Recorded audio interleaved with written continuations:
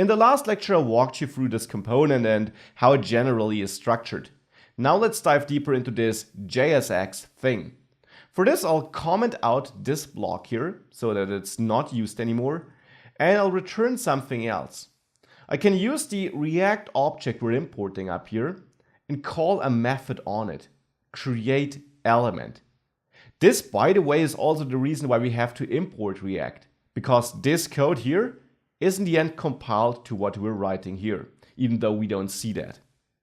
Create element is a method and it takes 3 arguments. Actually, it takes an infinite amount of arguments, but at least 3.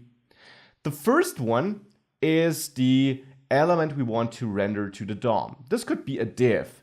This can be a normal HTML element like a div. It could also be your own component if you have one available here. We don't though, because we're inside a component, we can't render that. We could render any other component we're importing, but we have no such component. The second argument is basically the configuration for this.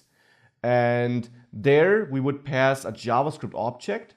This is optional. We can also pass null, and we'll do this for now because I don't want to configure it. The third argument here then is any amount of children. And we could have multiple arguments separated by commas.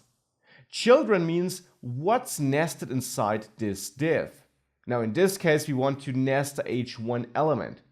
Let's try by adding h1, and then as another argument, let's add this text here with multiple exclamation marks, and let's escape this quotation mark here with a backslash, so that we can identify that this was rendered by this create element method.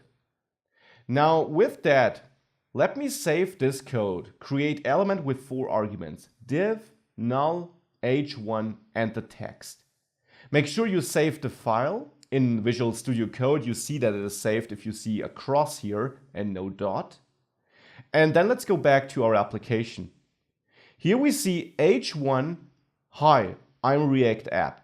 And if we inspect this in the developer tools, in Chrome here in my case, which I strongly recommend using, you see we got a div with 2 text nodes inside, h1 and hi, I'm a React app. So we didn't render a h1 element, we rendered text. And this is actually the default behavior. h1 here is interpreted as text. It's not rendered as an element. If we want to render another element inside the div, what we have to do is replace this code here with another call to React create element to create a new HTML element at the end. Here we now pass h1, then null as configuration, and then the text we want to render. So here let's mix this up and say, does this work now? Now if we save this file and we go back to the application, we see a h1 tag, does this work now? And we can also see this if we inspect it in the developer tools. We get a div wrapping a h1 tag. Now what we don't see is the CSS styling getting applied because we don't see the class being added. In our JSX code, we added a CSS class with class name, not with class by the way.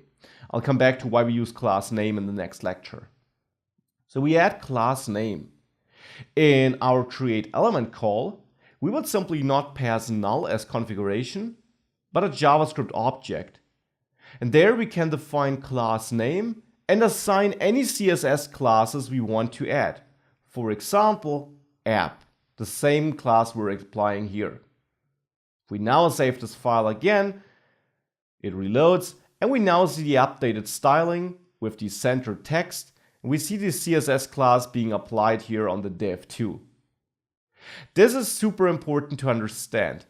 The code we just wrote here with React create element and the nested React create element is the exact equivalent of this JSX code.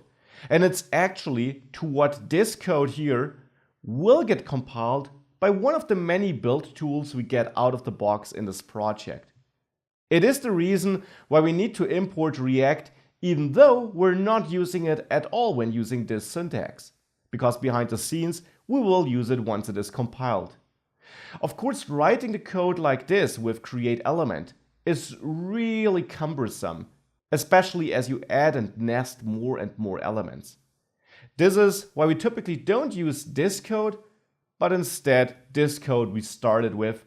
This is the reason why we use JSX, but it's super important to understand the internals and understand what this compiles to, and also, most important of all, understand that whilst it does look like HTML, it isn't. This is JavaScript in the end. It gets compiled to this code.